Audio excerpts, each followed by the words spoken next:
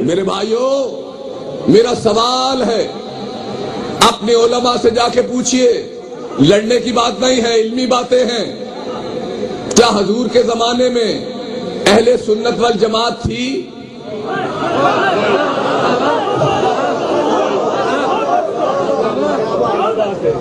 نہیں، سارے مولوی کہیں گے نہیں۔ کیا اس وقت کوئی سنی تھا؟ نہیں۔ تو پھر کیا تھے؟ دیوبندی تھے؟ کہ نہیں، وہ تو 1936 کی بات ہے۔ اچھا نہیں، بریلوی تھے؟ کہ نہیں، وہ تو 1943 کی بات ہے۔ کیا چکڑالوی تھے؟ کہ نہیں، وہ تو 1953 کی بات ہے۔ کیا پرویزی تھے؟ کہ نہیں، وہ تو 1962 کی بات ہے۔ کیا اہل حدیث وہابی تھے؟ کہ نہیں، وہ تو 1926 کی بات ہے۔ تو حضور کے زمانے میں پھر کون تھے؟ حضور کے زمانے میں سب کے سب میرے بھائی شیعہ ہی ہوتے تھے۔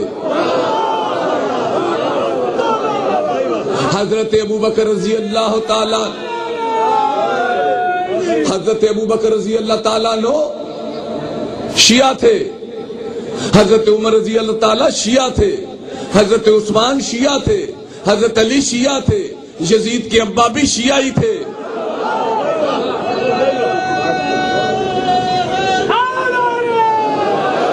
اور خود یزید بھی شیعہ تھا۔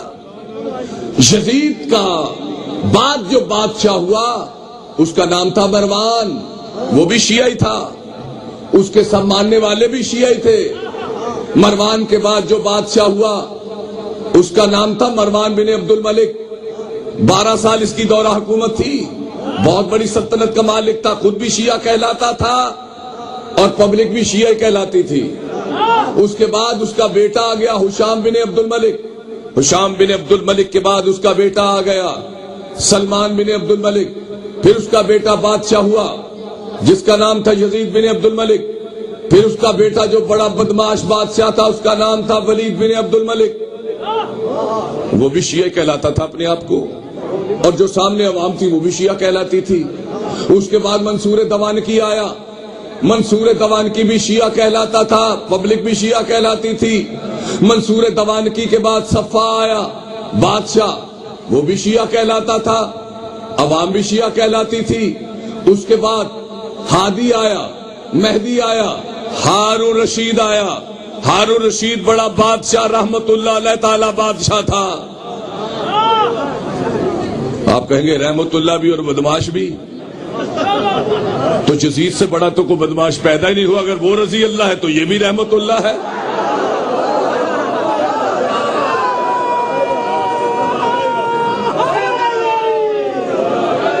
میرے بھائیوں غور کیجئے، علمی باتیں ہیں، جھگڑنے کا کوئی فائدہ نہیں ہے۔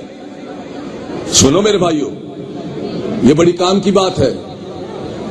ہارون رشید پڑھا لکھا تھا، انگریزی میں آپ کہہ سکتے ہیں ایول جینیس تھا،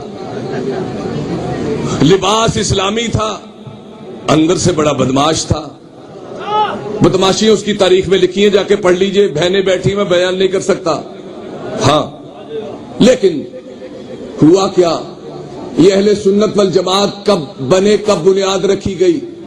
حج کرنے گیا، مگر اتنی فورسز ہونے کے باوجود پولیس آرمی حجر اسود تک نہیں پہنچ سکا۔ اچانک باب ابراہیم پر شور ہوا کہ وہ آ گئے جو وارث کعبہ ہے۔ خود بخود مجمع چھٹنے لگا، امام موسی کاظم بڑھنے لگے۔ جو ہی حجر اسود کے سامنے گئے آواز آئی السلام علیکہ یا ابن رسول اللہ، واپس ہو گئے۔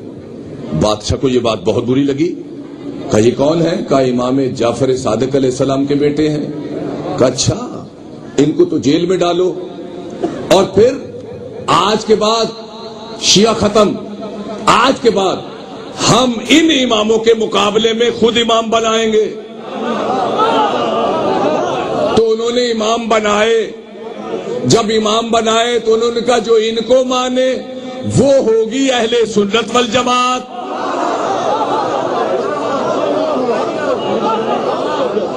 اور جو ان 12 کو مانے وہ ہوں گے شیعہ نے حیدر کرار.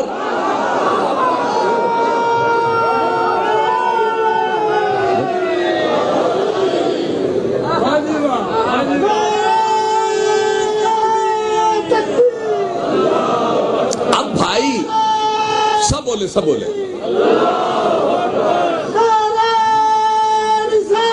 یا رسول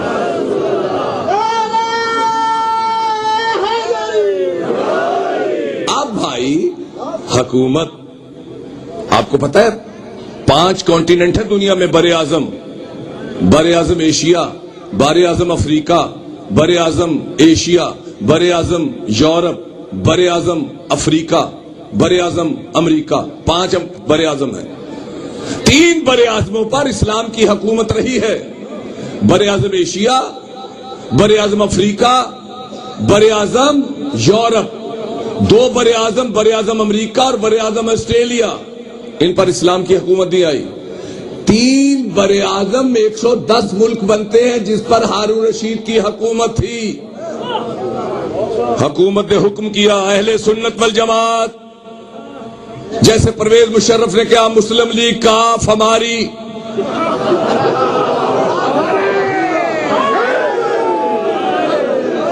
سب گئے وہاں. حکومت کی کوئی مخالفت کر سکتا ہے؟ نہیں، مجھے پتا ہے 232 کے چک والے بڑے بہادر ہیں نول، مجھے علم ہے، ان کی ایک پیڈگری ہے. نولوں کے بارے میں جو میں نے ان کے شجرے پڑھے ہیں مجھے بڑے یاد ہیں. ان کے بارے میں بعض شجرہ نگاروں نے ایک جملہ لکھا ہے. وہ لکھا ہے کہ اگر یہ کسی کے دوست ہیں تو زندگی بھر ایک دوست کافی ہے. یہ نولوں کے بارے میں. اور اگر یہ دشمن ہے تو زندگی بھر ایک ہی دشمن کافی ہے، دوسرا بنانے کی ضرورت ہی نہیں ہے. یہ نولوں دیکھو، ایک نول جج بھی ہے، اور جج بھی ایسا کہ ایماندار ترین جج. ظاہر جو علی کو مانے گا ایماندار ہی تو ہوگا.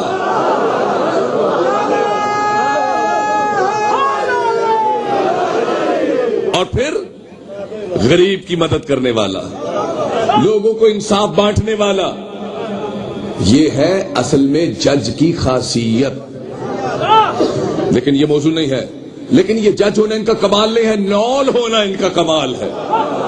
اس لیے کہ شاید کوئی جج سچ اتنا نہ بول سکے اور سچوں کو کوئی ماننے والا نہ ہو. اگر ہمیں جج نظر آئے ہیں تو پاکستان کی جوڈیشری سے 2 جج نظر آئے ہیں. ایک ظفر اللہ بھٹی ہے جو علی ولی اللہ کا قائل ہے، اور ایک ذوالفقار نول ہے جو علی ولی اللہ کا قائل ہے.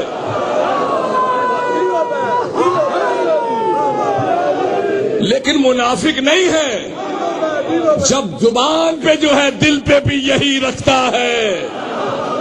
میرا سلام ایسے ججوں کو جو کہے کہ ہاں علی جیسا بھی کائنات میں کوئی جج ہے. اگر علی آئیڈیل ہے تو تب ہم جج ہیں، ورنہ ججوں کا حال تو آپ سن ہی چکے. اور ججوں کا کون موضوع نہیں جانتا کہ کون کیا کیا جج کر رہا ہے.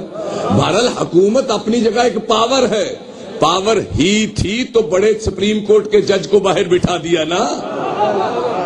عوام کی بڑی مشکل مانی جاتی ہے.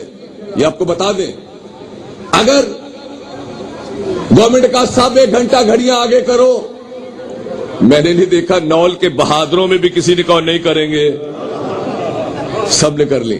پتہ چلا حکومت کا آرڈر سپریم ہوتا ہے اور حکومت کی باتیں مانی جاتی ہیں. ٹھیک ہے بات؟ میرے بھائیو سنو، اب حکومت کا اہل سنت والجماعت. ادھر ہارون رشید گیا، ہارون رشید کا بیٹا آ گیا مامو رشید، اس نے بھی باپ کی چھوڑی ہوئی جماعت کو چلایا. ہارون رشید کے بعد اس کا بیٹا آ گیا معتصم باللہ، پھر مستعین باللہ، پھر منصور باللہ، پھر مستعین باللہ، پھر معتصم باللہ، پھر مستقیم باللہ، پھر منصور باللہ، اور آخر میں متوکل باللہ. ان سارے بلوں کو آ کے مارا ہلاکو خان نے.